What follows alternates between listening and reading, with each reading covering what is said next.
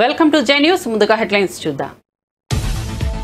పహల్గాం ఉగ్రదాడిపై స్పందించిన పవన్ కళ్యాణ్, ఒక ఉగ్రవాది తూటా పేలితే దేశం నలుమూలలా కన్నీళ్లు వస్తాయనడానికి మన రాష్ట్రమే నిదర్శనమని వ్యాఖ్య. ప్రతి పంచాయతీలోనూ జాతీయ సమగ్రత స్తూపం ఉండాలని వెల్లడి.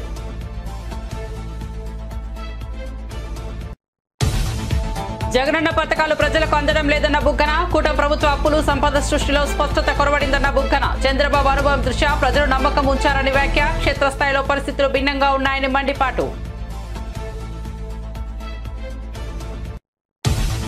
ఉగ్రవాదులకు ప్రధాని మోదీ స్ట్రాంగ్ వార్నింగ్. పహల్గాంలో ఉగ్రవాదుల పాశవిక దాడిపై నేరుగా స్పందించిన మోదీ, బీహార్లో జరిగిన ఓ ప్రజా కార్యక్రమంలో మాట్లాడిన ప్రధాని, ఉగ్రవాదులను వారు కలలో కూడా ఊహించని విధంగా శిక్షిస్తామని తీవ్ర హెచ్చరికలు. సస్పెన్షన్ తాత్కాలికమే, మళ్లీ వస్తానన్న దువ్వాడ శ్రీనివాస్. క్రమశిక్షణ పరమైన కారణాలతో దువ్వాడపై సస్పెన్షన్ వేటు. ఇటీవల సస్పెండ్ చేసిన వైసీపీ హైకమాండ్. పార్టీ కోసం చాలా కష్టపడి పనిచేశానన్న దువ్వాడ, రాజకీయ క్రీడలో బలైపోయానని అనిపిస్తోందని వెల్లడి. కేసీఆర్ సభ, స్మితా సబర్వాల్ అంశంపై దానం నాగేందర్ కీలక వ్యాఖ్యలు. కేసీఆర్ సభ విజయవంతం అవుతుందన్న దానం నాగేందర్, కేసీఆర్ ను చూసేందుకు ప్రజలు ఆసక్తిగా ఉన్నారని వెల్లడి. గచ్చిబౌలి భూములపై స్మితా సబర్వాల్ ట్వీట్లో తప్పేం లేదని వ్యాఖ్య. కాంగ్రెస్ పార్టీ తీరుపై తీవ్ర స్థాయిలో విరుచుకుపడ్డ బీజేపీ ఎంపీ డాక్టర్ లక్ష్మణ్. ఉగ్రదాడిపై కాంగ్రెస్ నాయకులు చేస్తున్న వ్యాఖ్యలు బాధాకరమని వ్యాఖ్య. చౌకబారు రాజకీయాలు మానుకోవాలని హితవు.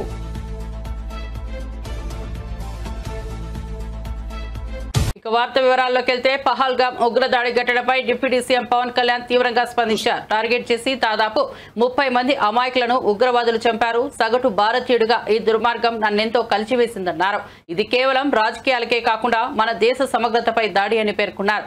ఒక ఉగ్రవాది తూటా పేరిన దేశం నలుమూలలా కన్నీళ్లు వస్తాయనడానికి మన రాష్ట్రం ఒక ఉదాహరణగా నిలుస్తుందన్నారు. ప్రతి గ్రామ పంచాయతీలో జాతీయ సమగ్రత స్తూపాన్ని నెలకొల్పాలని సూచించారు. పంచాయతీలు దేశ ఐక్యతకు చిహ్నాలుగా మారాలని పిలుపునిచ్చారు. మొన్న కశ్మీర్లో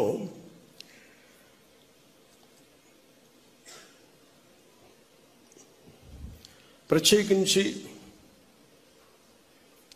టార్గెట్ చేసి మరి దాదాపు 30 మందిని చంపేయటం, చాలామంది క్షతగాత్రులు అవటం, నా మనసుని చాలా కలిసి సగటు భారతీయుడిగా, నథింగ్ టు డూ విత్ దీని పాలిటిక్స్ సంబంధం లేదు. అది ఒక ఉగ్రవాది తోటా పేలితే కన్నీళ్లు భారతదేశం నలుమూల వస్తాయనడానికి మన రాష్ట్రం కూడా నిదర్శనం. ఎక్కడో వైజాగ్లో ఒక రిటైర్డ్ బ్యాంక్ ఎంప్లాయ్, ఆయన ప్రాణాలు కోల్పోయాడు. ఎక్కడో కావల్లో ఒక యువకుడు చనిపోయాడు. ఇది చాలా చాలా బాధ కలిగించింది మా అందరికీ, చాలామందితో పాటు నాకు బాధ కలిగించింది. అంటే గ్రామాలు should be a part of national integration. Panchayat should become a part of national integration. కశ్మీర్లో కావచ్చు, ఇంకో చోట కావచ్చు, ఎలాంటి జరిగినా గ్రామాల్లో ఉండేవాళ్ళు మాకు ఎందుకు, మా సంబంధం లేదనుకుంటారు. గ్రామాలు రాజకీయాలకు కావచ్చు, పొలిటికల్ పార్టీస్ కావచ్చు, కులాలకు కావచ్చు, వర్గాలకు కావచ్చు, దానికి ఫౌండేషన్ కింద కాకుండా జాతీయ సమగ్రతకి పట్టుకొమ్మల వాళ్ళు పంచాయతీలు. అంటే ఇది మీకు ఎక్కడ ఏమైనా, ఎందుకంటే ప్రతి గ్రామం నుంచి ఎక్కడో చోట వస్తారు. ఎక్కడో శ్రీకాకుళంలో అత్యధికంగా ఉన్న ఒక పంచాయతీ నుంచిలో అత్యధికంగా సోల్జర్స్ వెళ్తారు అక్కడి నుంచి, ఒక పంచాయతీ నుంచి ప్రత్యేకించి. సో పంచాయతీలని ఎలా బలోపేతం చేయాలని ఒక ఉద్దేశంలో మొన్న ఆ సంఘటన జరిగిన తర్వాత దాని గురించి చాలా ఆలోచిస్తూ ఉంటే నాకు ఒకటే అనిపించింది. ఒక రాజకీయ నాయకుడు ఊరు లేదు, పేరు లేదు, ఉండదు, వాళ్ళ కుటుంబానికి తెలియచ్చు, కానీ ఆయన విగ్రహాలు పెట్టేస్తారు. ఏదన్నా విగ్రహాలు పోతే గోల చేసేస్తారు. కానీ ఏ దేశం అయితే మనకు ఆధారం ఇచ్చిందో, ఏ దేశం అయితే నీకు భారతీయుడని ఉనికిచ్చిందో, ఆ భారతదేశాన్ని స్మరించుకునే ఒక ఏ చిహ్నం లేదు, ఎలాంటి చిహ్నం ఉండదు, గుర్తుండదు. అందుకని నేను ఈరోజు నా ప్రతిపాదన ఉన్నతాధికారులందరికీ, శశిభూషణ్ గారికి కానీ, ఇక్కడున్న కమిషనర్ గారికి కానీ, అందరికీ అందరికీ ప్రతి పంచాయతీలో జాతీయ సమగ్రత ప్రాంగణం అనేది చాలా చాలా అవసరం. మేమిచ్చిన మాట నిలబెట్టుకోవడంలోనే మా గొప్పతనం ఉందని మేనిఫెస్టోలో చెప్పిన హామీలను తూచా మించకుండా అమలు చేయడమే వైఎస్ఆర్ కాంగ్రెస్ పార్టీ ప్రభుత్వ లక్ష్యమని పార్టీ అధినేత జగన్ స్పష్టం చేశారు. ప్రజల నమ్మకాన్ని గెలుచుకోవాలంటే మాటలు కాక మానవతా కార్యక్రమాలు ఉండాలని సూచించారు. ఇచ్చిన హామీలు అమలు చేయకపోతే ప్రజలు నీ తోలు తీస్తామని ధైర్యంగా అడగగలిగే స్థితిని తీసుకొచ్చిన పార్టీ వైసీపీ అని ఆయన వ్యాఖ్యానించారు. ప్రజలపై ఉన్న బాధ్యతను గుర్తు చేస్తూ అందరినీ అభివృద్ధికే మా ప్రాధాన్యత అని తెలిపారు. మేము మాట ఇచ్చిన దానిని ఆచరణలో పెట్టిన దాఖలాలే మాకు గర్వ కారణమని జగన్ పేర్కొన్నారు. కంపెనీ పేరు ఇంద్రనైనా ఈ ఉర్సా అని చెప్పి చూస్తే ఊరు లేదు, పేరు లేదు. వారు కట్టే కరెంటు బిల్లు ఏంది అని అంటే కనుక వాళ్ళు కట్టే కరెంటు బిల్లు ఒక ఇంట్లో ఒక అపార్ట్మెంట్లో రెసిడెన్షియల్ అపార్ట్మెంట్ కట్టే కరెంటు బిల్లు ఆ కంపెనీ కడతా ఉంది. పోనీ అమెరికాలో వాళ్ళ ఆఫీస్ ఏందని చెప్పి అక్కడికి పోయినారు మనోళ్ళు ఎంక్వైరీ చేయడానికి. ఆడ చూస్తే ఆడ ఒక చిన్న ఇండ్లు. ఊరు పేరు లేని ఈ కంపెనీకి 3,000 కోట్లు విలువ చేసే భూమి 99 పైసలు కంట. రూపాయికి ఇడ్లీ వస్తుందో రాదో నాకు తెలియదు, కానీ చంద్రబాబు నాయుడు హయాంలో మాత్రం ఉర్సా లాంటి ఊరు పేరు లేని కంపెనీలకు 3,000 కోట్ల రూపాయలు మాత్రం డబ్బులు దోచిపెట్టి నాకింత నీకింత అని పంచుకునే కార్యక్రమం జరుగుతూ ఉంది. ఇష్టం వచ్చినట్టుగా విశాఖపట్నంలోనే మరో భూమి లూలు గ్రూప్ అంట. లూలు గ్రూపులకు, లిల్లీ గ్రూపులకు 1,500 కోట్లు 2,000 కోట్ల రూపాయలు విలువ చేసే భూములను టెండర్లు లేదు, మన్ను లేదు, పాడు లేదు, ఊరికి ఆయనకు నచ్చింది ఇచ్చేసి నాకింత నీకింత అని పంచుకుంటా ఉన్న కార్యక్రమాలు. లెఫ్ట్ రైట్ సెంటర్ రాష్ట్రాన్ని దోస్తూ ఉన్నారు. అమరావతిలో ఇవే టెండర్లు, ఇప్పుడు పిలిచిన టెండర్లు 2018లో ఇవే చంద్రబాబు నాయుడు ఉంటే బటన్లు ఉండవు. చంద్రబాబు నాయుడు ఉంటే నేరుగా ఆయన జోబీలోకి మాత్రమే పోతుంది అని చెప్పి ఎలక్షన్లప్పుడే నేను మొత్తుకొని చెప్పిన ఆ రోజు చంద్రబాబు నాయుడు నమ్మడము అని అంటే చంద్రముఖిని నిద్ర లేపడమే అని చెప్పింది నేను ఆ రోజు ఎన్నికలప్పుడు నేను చెప్పిన ఆ మాటలు కన్నా ఎవరైనా వింటే ఇప్పుడు కరెక్ట్గా అవి ప్లే చేసి చూస్తే జగన్ కరెక్ట్గా చెప్పినాడు, అబ్బా మనమే మోసపోయినాం పొరపాటున అని చెప్పి ఈరోజు ప్రతి ఇంట్లో కూడా ఖచ్చితంగా చర్చ జరగాల్సిందే. ప్రతిరోజు డైవర్షనే, ఇవన్నీ జరుగుతూ ఉన్నాయి, సమాధానాలు చెప్పుకోలేక ప్రతిరోజు ఒక డైవర్షన్.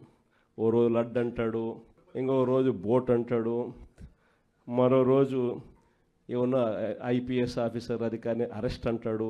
కరెంటు బిల్లులు షాక్ కొట్టే విధంగా అప్పుడే పెరిగిపోతున్నాయని చెప్పి మళ్ళీ ఆ టాపిక్ నుంచి డైవర్ట్ చేసేందుకు ఇంకొకటి ఆయన చేసిన లిక్కర్ స్కాములు మనం ఇంకొకటి మీద లిక్కర్ స్కాములు రుద్ది ఇంకొక లిక్కర్ స్కామ్ అరెస్ట్ అని చెప్తాడు.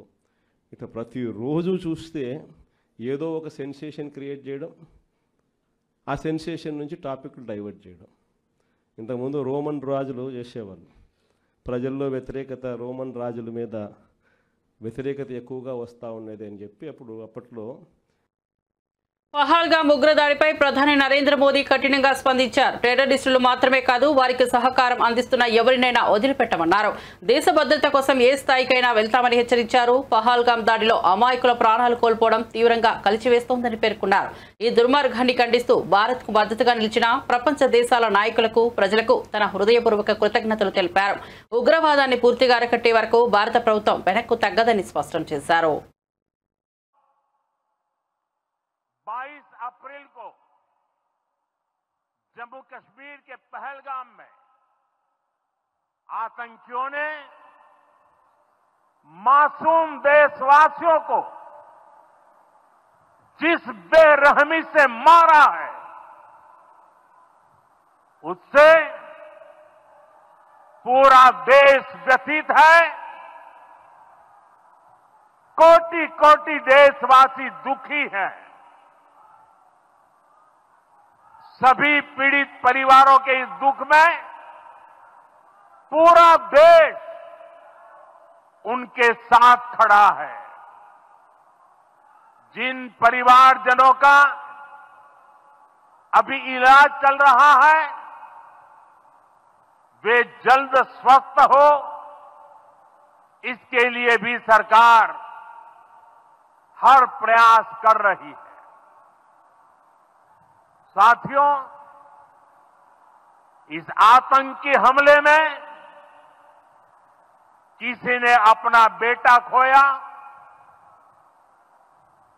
किसी ने अपना भाई खोया, किसी ने अपना जीवन साथी खोया है।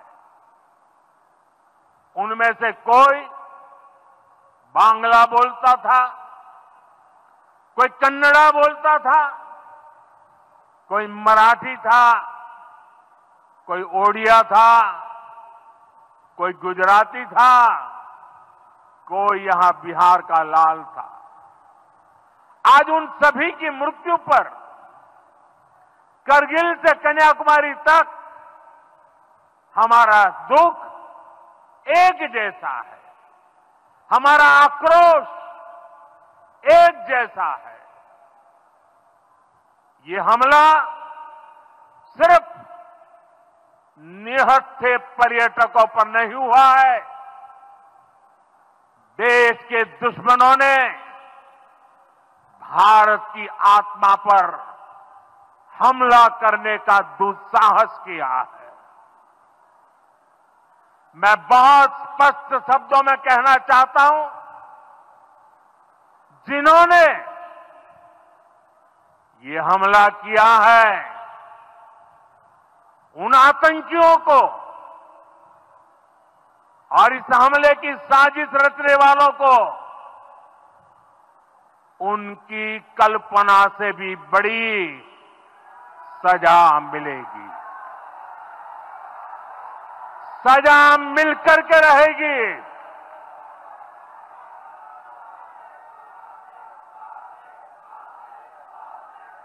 अब आतंकियों की बची खुची जमीन को भी मिट्टी में मिलाने का समय आ गया है।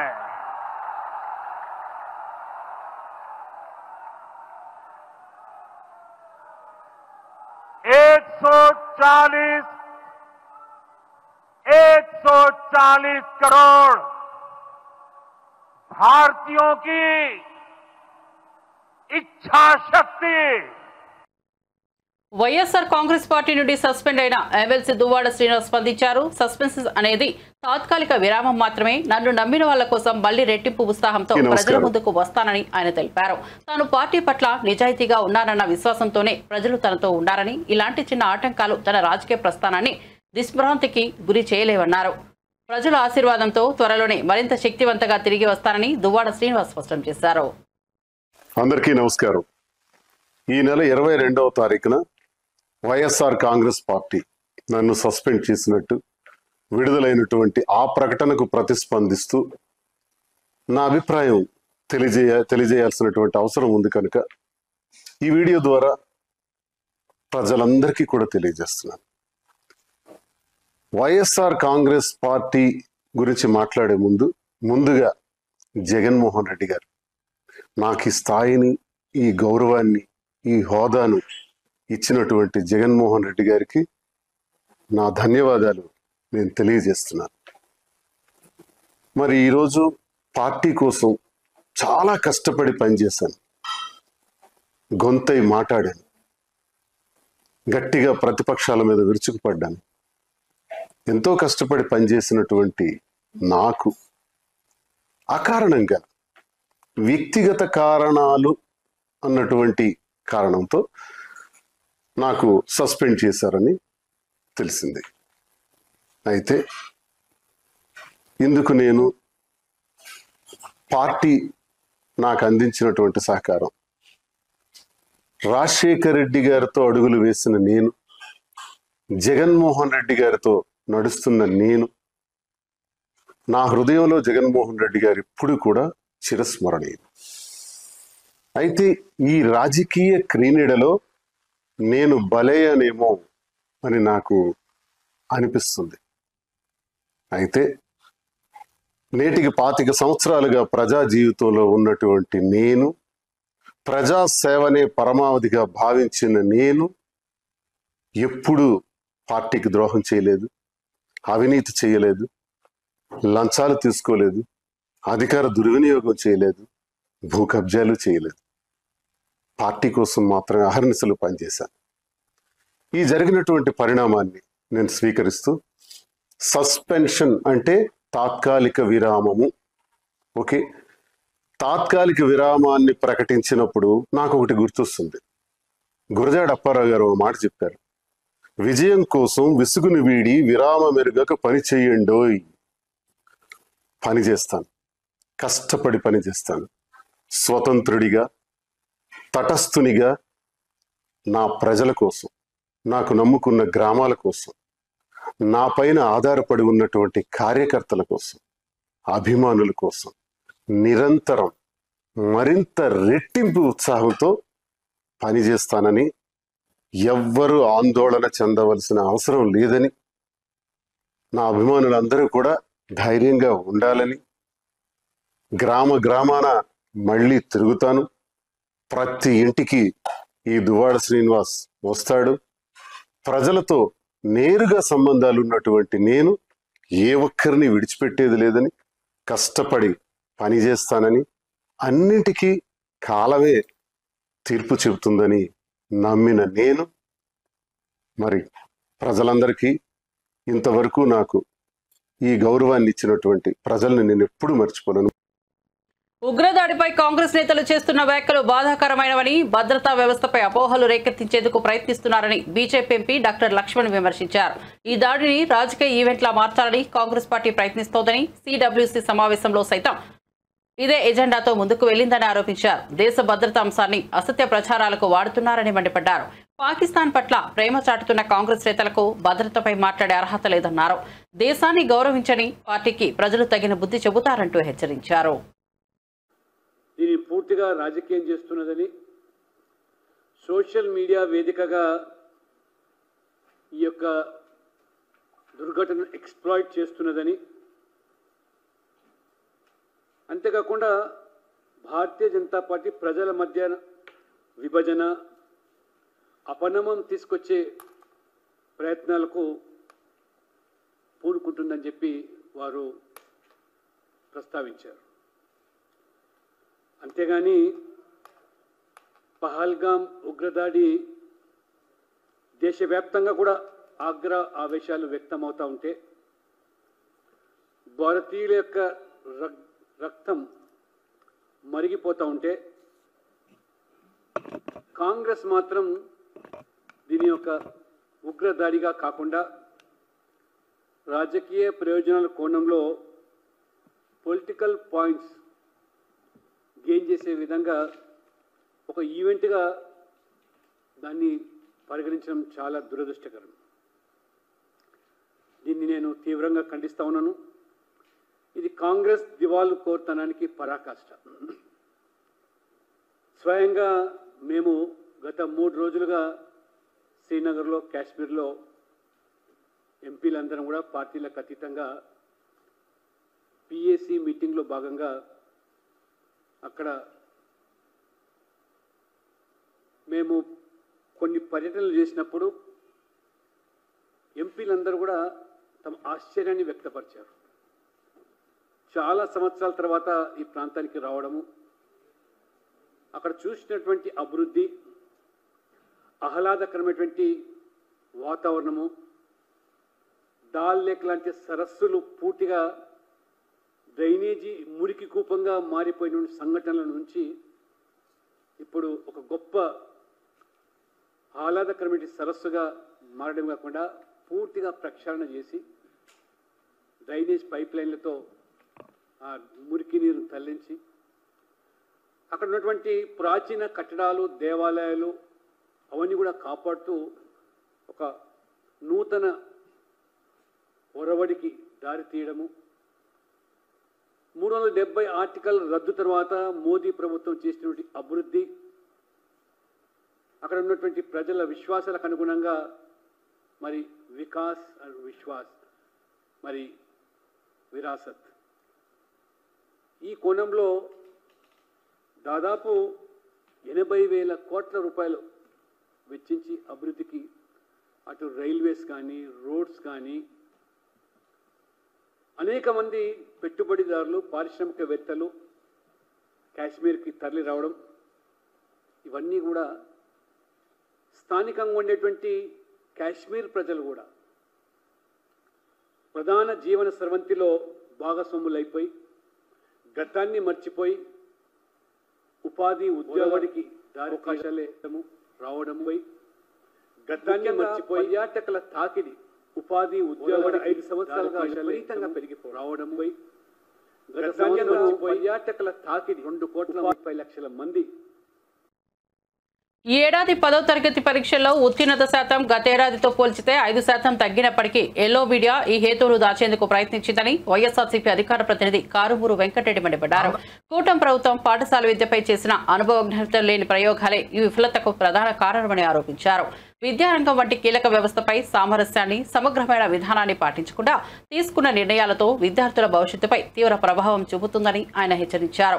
విద్యను రాజకీయ లబ్ధికి వాడుకునే బదులు విద్యారంగాన్ని బలోపేతం చేయాలని ఆయన డిమాండ్ చేశారు. రాష్ట్రాన్ని పట్టి పీడిస్తున్నటువంటి ఆ 2 దినపత్రికలు ఏదైతే ఉన్నాయో, ఒకటి రోతనాడు అలియాస్ ఈనాడు, 2 బూతు జ్యోతి అలియాస్ ఆంధ్రజ్యోతి. ఈ 2 పత్రికల్లో 10వ తరగతి పరీక్షా ఫలితాల గురించి ఏమని రాశారు, ఏం మిస్ చేశారు, ఏ విధంగా తనకు అనుకూలంగా రాసుకున్నారనే దాని మీద రెండు పత్రికల్లో వచ్చిన వార్తలను చూస్తే, ఈనాడులో 10లో 81.14% ఉత్తీర్ణత, 19 పాఠశాలలో 0 ఫలితాలు, 1680 బడుల్లో అందరూ పాసు. అదేవిధంగా సేమ్ ఆంధ్రజ్యోతి కూడా 81.14% ఉత్తీర్ణత, 1680 పాఠశాలలో 100% ఉత్తీర్ణత, 19 పాఠశాలలో ఒక్కరూ పాస్ కాలేదు. చదువుల తల్లి నేహాంజని 600కు 600 మార్కులు, 100% స్ట్రైక్ రేటు వీళ్ళు రాసింది. ఓకే, మరి గడిచిన ఏడాది పాస్ పర్సంటేజ్ ఎంత? వరుసగా పాస్ పర్సంటేజ్లు పెరుగుతున్నాయా తగ్గుతున్నాయా? ఈ ఏడాది తగ్గిందా పెరిగిందా? 0% పాస్ అయినటువంటి స్కూళ్ల సంఖ్య పెరిగిందా తగ్గిందా? 100% పాస్ అయినటువంటి స్కూళ్ల సంఖ్య పెరిగిందా తగ్గిందా? ఇది ఎందుకు ఎక్కడ రాయలేదు? ఆంధ్రజ్యోతిలో మాత్రం లోపల ఒక కాలం వేశారు. ఏదైతే గత 4 ఏళ్లలో ఉత్తీర్ణత శాతాలని చెప్పి 2022లో, ఎందుకంటే అప్పుడు దాకా కోవిడ్ 2 సంవత్సరాల కోవిడ్ వల్ల ఎగ్జామ్స్ సరిగ్గా తీవ్ర ఇబ్బందులు ఎదుర్కొన్నటువంటి పరిస్థితి. అయినా 2022 సంవత్సరంలో 67.26% ఉత్తీర్ణత వచ్చింది. 2023 సంవత్సరంలో 72.26%, అంటే పెరిగింది 5%. 2024లో వచ్చేటప్పటికి 86.69% వచ్చింది, హైయెస్ట్. 72 నుంచి 86 అయింది. ఇప్పుడు 86.69 నుంచి 81.14% తగ్గిందంటే 5% పైగా ఏదైతే 10వ తరగతి పరీక్షా ఫలితాలు పడిపోయిన 10వ తరగతి ఫలితాలని కదా మీరు హెడ్డింగ్లు పెట్టాల్సింది. ఎందుకు పడిపోయినాయి అన్న ఎందుకు రాయలేదు? అదేవిధంగా మీరు చూస్తే అంతకుముందు ఏడాది ఇప్పుడు మీరు అన్నట్టు 10వ తరగతి 100% పాస్ అయినటువంటి స్కూల్స్ కు సంబంధించి చూస్తే 2022 సంవత్సరంలో 933 స్కూల్లో 10వ తరగతి ఫలితాల్లో 100% ఉత్తీర్ణత నమోదైంది. 2023-24 వచ్చేటప్పటికి 2803 స్కూల్లో 10వ తరగతి 100% అంటే 100% ఉత్తీర్ణత సాధించినాయి. కానీ 0 ఫలితాలు సాధించినాయి 17. ఇప్పుడు 0 ఫలితాలు 2 పెరిగినాయి, 17 నుంచి 19 అయింది. BRS working president KTR NDA కూటమికి దగ్గర కావడానికి ప్రయత్నాలు చేస్తున్నారని, ఈ దిశగా చంద్రబాబుతో సానుకూలంగా మాట్లాడుతున్నారని కాంగ్రెస్ ఎమ్మెల్సీ అద్దంకి దయాకర్ ఆరోపించారు. కేసీఆర్ డైరెక్షన్లోనే కేటీఆర్ వ్యాఖ్యలు వస్తున్నాయని తెలిపారు. పార్టీ అధ్యక్ష పదవిని ఎస్సీ, బీసీ, ఎస్టీ వర్గాలకు ఇవ్వగలరా అని సవాల్ విసిరారు. కేటీఆర్ కు నిజంగా సత్తా ఉంటే బీఆర్ఎస్ అధ్యక్ష పదవిని స్వీకరించి పార్టీని అధికారంలోకి తేవాలని హెచ్చరించారు. బీఆర్ఎస్ ను జనతా గ్యారేజ్ అని అభివర్ణించిన ఆయన ఆ పార్టీ ఓనర్ కొడుకు కేటీఆర్ విలన్ గా మారిపోయారా అని విమర్శించారు. రజతోత్సవ సభ అని చెప్పేసి రాస్తున్న పరిస్థితి చూస్తున్నాం మనమంతా కూడా. అది సోషల్ మీడియాలో కొంత ట్రెండింగ్ చేయడానికి అదంతా కూడా కేటీఆర్ చేస్తున్న ప్రయాస చూస్తున్నాం. ఒక ప్రశ్న ఏంటంటే, బీఆర్ఎస్కు 25 సంవత్సరాల, టీఆర్ఎస్కి 25 సంవత్సరాల? అంటే బీఆర్ఎస్ పార్టీ వచ్చైతే 2-3 సంవత్సరాలు అవుతున్నట్టుగానే అందరికీ తెలుసు. కానీ బీఆర్ఎస్ పార్టీ రజతోత్సవ సభ అని రాసుకోవడం అనేది అంటే దేనికి సంకేతం ఇది? అంటే జనాలను పిచ్చోళ్ళని చేయడమా? టీఆర్ఎస్ 2001లో పుట్టింది, టీఆర్ఎస్ లేదు. తెలంగాణలో టీఆర్ఎస్ కనుమరుగై ఒక 3 సంవత్సరాలు అయింది. ఎంత కమామిషు ఏంటి అనేది అదిగా మీరు తెలుసుకోవాల్సిన సందర్భం ఉంది. కానీ కూడా బీఆర్ఎస్ పార్టీ ఆఫీస్కి వస్తున్నది అని చెప్పి అంటే మరి మనోనికి ఈ సబ్జెక్ట్ ఇచ్చేటోళ్ళు ఎవరో, ఉప్పందించేటోళ్ళు ఎవరో, లేకపోతే ఈ సబ్జెక్ట్ మాట్లాడడం అంటోళ్ళు ఎవరో, కానీ ఆ జనతా గ్యారేజ్ సినిమాలో మోహన్ లాల్ కొడుకే విలన్. మరి ఇప్పుడు కేసీఆర్ కొడుకే విలనా ఈ బీఆర్ఎస్ జనతా గ్యారేజ్లో? దాంట్లో తండ్రి కొడుకు విలన్ అయితే చంపిస్తాడు. అసలు ఏం పోలికరా బాబు ఇదంతా, నాకు అర్థం కావట్లేదు. ఒక కంటెంట్ మనం మాట్లాడేటప్పుడు దాంట్లో ఉండే వాస్తవాలు ఏంటి, దాంట్లో ఉన్న అంశం ఏంటి అనేది కనీసం గుర్తుపట్టకుండా మనోడు జనతా గ్యారేజ్, మాది బీజేపీ జనతా గ్యారేజ్ అంటున్నాడు. జనతా గ్యారేజ్లో మరి ఆ జనతా గ్యారేజ్ ఓనర్ కొడుకు విలన్. మరి ఇప్పుడు కేటీఆర్ విలనేనా? కేటీఆర్ విలన్ అనుకొని జనతా గ్యారేజ్ అంటున్నారా? ఈ లీడర్ ఎట్లా కొట్లాడతారంటే గతంలో మా రేవంత్ రెడ్డి గారు కొట్లాడినట్టు కొట్లాడతారు.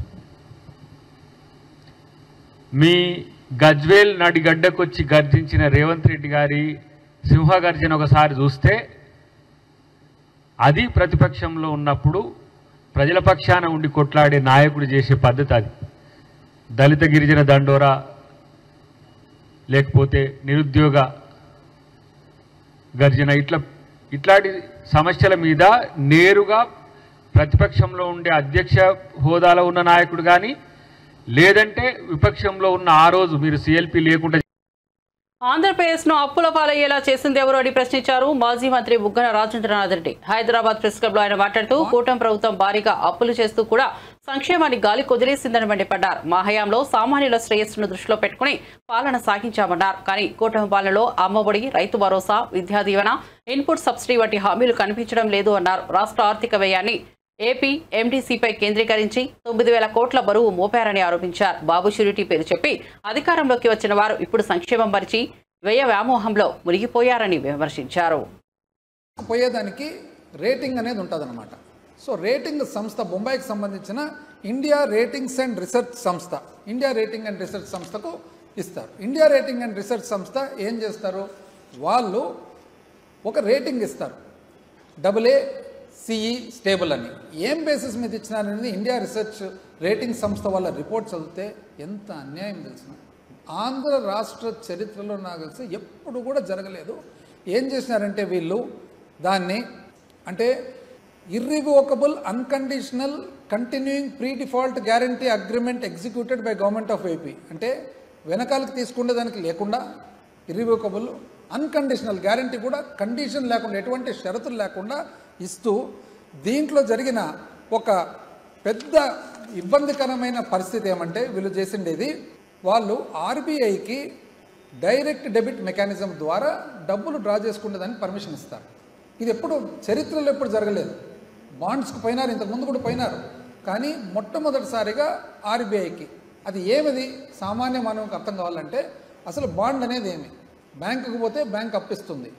బాండ్ అనేది ఎట్లంటే కొంతమంది ప్రైవేట్ వ్యక్తులు కానీ సంస్థలు కానీ మనకు ప్రభుత్వానికి డబ్బులు ఇస్తారనమాట. ఏమిటి మీద ఇస్తారు, ఆంధ్రప్రదేశ్ ఖనిజాభివృద్ధి సంస్థ ఏదైతే ఉందో, మినరల్ డెవలప్మెంట్ కార్పొరేషన్ ఉందో, ఆ ఖనిజాభివృద్ధి సంస్థకు సంబంధించిన సంపూర్ణ ఆదాయాలన్నీ కూడా ఈ అప్పుకు కట్టేదానికి వడ్డీతో పాటు వాడబోతున్నారనమాట. అందులో ఏమేమి ఇచ్చినారు, and exclusive charge over identified minor minerals being acquired, అంటే ఖనిజాభివృద్ధి ఆంధ్రప్రదేశ్ ఖనిజాభివృద్ధి సంస్థకు సంబంధించిన పూర్తి మైనింగ్ ఆదాయాలు ఏవైతే ఉన్నాయో అవన్నిటి మీద కూడా ఎవరైతే అప్పు కంచగచ్చిబౌలి భూముల వివాదంపై ఐఏఎస్ అధికారి సీతా సోబర్వాల్ చేసిన రీట్వీట్ వివాదాస్పదంగా మారిన నేపథ్యంలో ఖైరతాబాద్ ఎమ్మెల్యే దానం నాగేందర్ స్పందించారు. స్మితా సబర్వాల్ రీట్వీట్ చేసిన దాంట్లో తప్పేమీ లేదు, అది ఖచ్చితంగా వాస్తవాన్ని సూచించిందే అన్నారు. కాంగ్రెస్ ప్రభుత్వంపై విమర్శలుగా చూసుకోవాల్సిన అవసరం లేదని స్పష్టం చేశారు. తాను పదే రేవంత్ రెడ్డిని గెలిపించానని గుర్తు చేసిన ఆయన ట్వీట్లో ప్రభుత్వానికి వ్యతిరేకత లేదు అంటూ తేల్చి చెప్పారు. దీనిపై విపక్షాల అవసరానికి మించిన దుష్ప్రచారం చేస్తున్నాయని విమర్శించారు. మాకే ఒక్కరం ఇచ్చారు కాబట్టి ఒక సీనియర్ ఐఏఎస్ ఆఫీసర్, అదేవిధంగా చీఫ్ సెక్రటరీ గారిని మీరు చూసారు, మన సుప్రీంకోర్టు కూడా జైలుకు పోతారా అన్నారు. మరి శాంతకుమారి గారు సీనియర్ ఐఏఎస్ ఆఫీసర్, ఆమె టోటల్ క్యారియర్లో ఎక్కడ కూడా ఆమెకు చెడ్డ పేరు లేదు. కానీ మన సుప్రీంకోర్టు కామెంట్ వల్ల ఆమె ఎంతో హ్యూమిలేషన్కి గురైందని మనం అర్థం చేసుకోవచ్చు.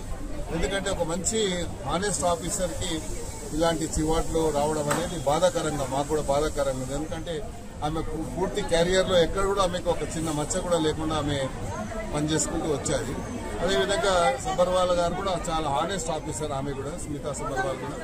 మరి ఆమె ఉన్న వాస్తవాన్ని రీట్వీట్ చేసింది తప్ప ఏదో గవర్నమెంట్ చేసిందని నేను భావించడం లేదు, గవర్నమెంట్ ఉద్దేశపూర్వకంగా క్లెయిమ్ చేసిందని నేను భావించడం లేదు.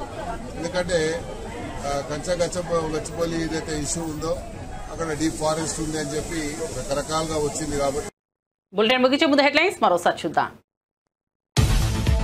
పహల్గామ్ ఉగ్రదాడిపై స్పందించిన పవన్ కళ్యాణ్, ఒక ఉగ్రవాది తూటా పేలితే దేశం నలుమూలలా కన్నీళ్లు వస్తాయనడానికి మన రాష్ట్రమే నిదర్శనమని వ్యాఖ్య.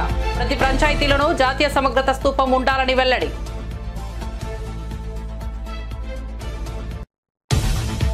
జగనన్న పథకాలు ప్రజలకు అందడం లేదన్న బుగ్గన, కూటమి ప్రభుత్వ అప్పులు సంపద సృష్టిలో స్పష్టత కొరవడిందన్న బుగ్గన. చంద్రబాబు అనుభవం దృష్ట్యా ప్రజలు నమ్మకం ఉంచారని వ్యాఖ్య. క్షేత్రస్థాయిలో పరిస్థితులు భిన్నంగా ఉన్నాయని మండిపాటు.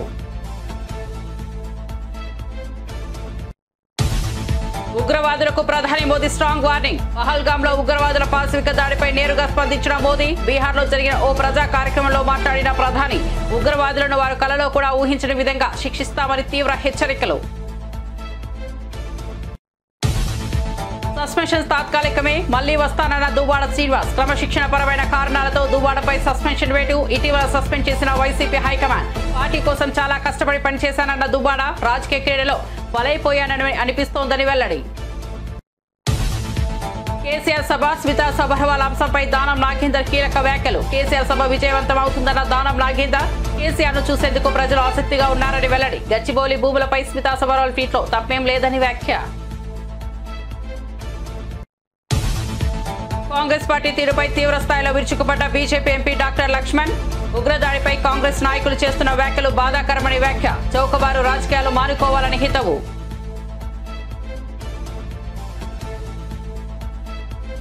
మరిన్ని అప్డేట్స్ కోసం చూస్తూనే ఉండండి జే న్యూస్.